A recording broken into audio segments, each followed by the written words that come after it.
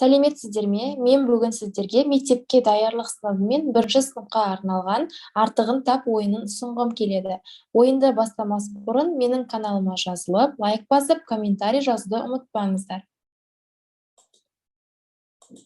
Біздің бірінші ойынымыз мектеп сөмкесінің ішінде тұратын заттарды реттеу. Қане көрейікші, ішінде қандай заттар бар екен? Кітаптар бар екен. Қасық бар екен, қаламсап, түрлі түсті қаламдар, дәптер және доп бар екен. Қанекей балақай, қарашы, бұл заттардың қайсысы артық? Қайсысын мектеп сөмкесіне салып жүруге болмайды? Кітаптар мектеп сөмкесінде болу керек пе? Иә, мектеп сөмкесінде болу керек, дұрыс айтасың.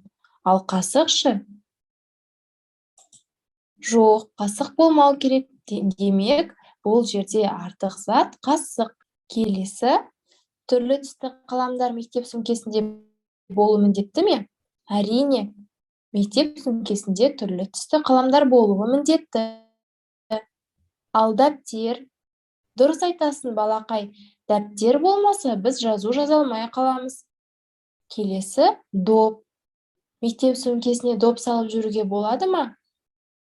Жоқ, болмайды.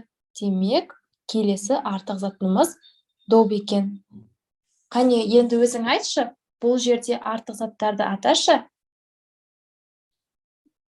Дұрыс айтасың, балақай. Қасық пен доп артық зат. Келесі ойынымыз. Мына себетке жемістерді салуымыз қажет.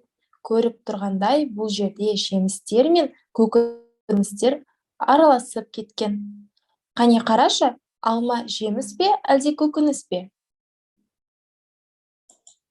Жеміс екен. Ал анар жеміске жатады ма, әлде көкөніске жатады ма? Дұрыс айтасың, жеміске жатады.